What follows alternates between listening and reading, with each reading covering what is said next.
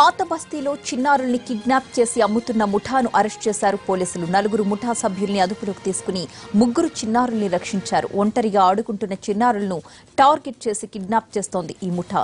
పిల్లల్ని 10,000 నుంచి 30,000 వరకు విక్రయాలు జరుపుతోంది. వారం రోజుల క్రితం తన కొడుకు కనిపించడం లేదంటూ ఒక మహిళ ఫిర్యాదు చేసింది.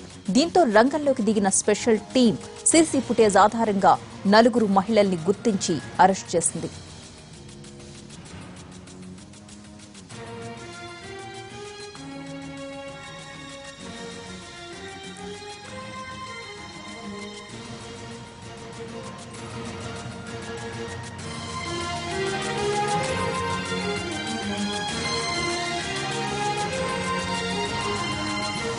ఇదే అంశానికి సంబంధించిన పూర్తి అప్డేట్స్ మా ప్రతినిధి రమేష్ వైట్ల అందిస్తారు. రమేష్, ఈ 4 లేడీ కిడ్నాపర్స్ అసలు ఎవరు? పిల్లల్ని కిడ్నాప్ చేసి ఎవరికి విక్రయిస్తున్నారు వీళ్ళు?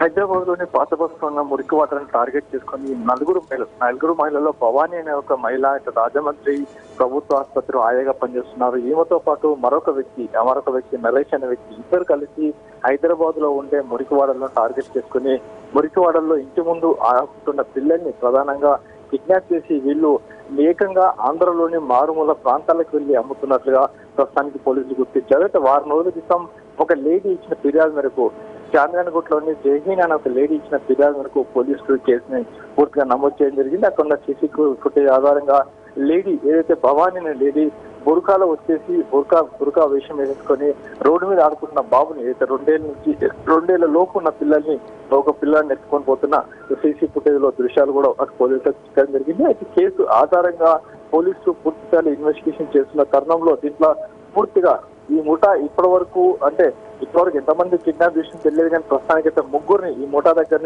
దగ్గర ఉన్న 3 పిల్లల్ని రక్షించి వాళ్ళ తల్లిదండ్రులకైతే పోలీసులు అప్పగించడం జరిగింది. ఇప్పటికీ దాదాపుగా 10 మంది పైగా పిల్లల్ని వీళ్ళు కిడ్నాప్ చేసి ఉంటారు. అదే మాదిరిగా కిడ్నాప్ చేసిన పిల్లలందరినీ కూడా తీసుకెళ్లి ఆంధ్రాలో పిల్లల్ని తల్లిదండ్రులకు 30 నుంచి 50,000 లక్ష రూపాయలకు చొప్పున వీళ్ళు అమ్మకాలు చేస్తున్నట్లుగా ప్రస్తుతానికి పోలీసుల విచారణలో బయటకు వచ్చింది. దీనికి సంబంధించి ముఠాకు సంబంధించి ఆ ముఠా వెనకాల ఎవరైనా ఉన్నారా? ఇప్పటికైతే ప్రస్తుతానికి రాజమండ్రి ప్రభుత్వ ఆసుపత్రి నుంచే పూర్తిగా ఈ వ్యవహారం నడిచింది. రాజమండ్రి ప్రభుత్వ ఆసుపత్రిలో ఉండే ఒక ఆయా భవానీతో పాటుగా నరేష్ అని మరొక వార్డ్ బాయ్ ఇద్దరు కలిసి వీళ్ళు ఈ కిడ్నాప్ లో పాల్పడుతున్నట్లుగా పోలీసుల విచారణలో వెలుగు చూస్తున్నాయి. ఇంకా ఈ ముఠాన్ని పూర్తిగా విచారించిన అవసరం ఉంది కాబట్టి ముఠాన్ని తిరిగి కస్టడీలో తీసుకొని పూర్తిగా విచారించిన తర్వాత కానీ అన్ని విషయాలు వెల్లడించలేమని చెప్పి పోలీసులు అంటున్నారు. Pratibha. Right, thank you Ramesh.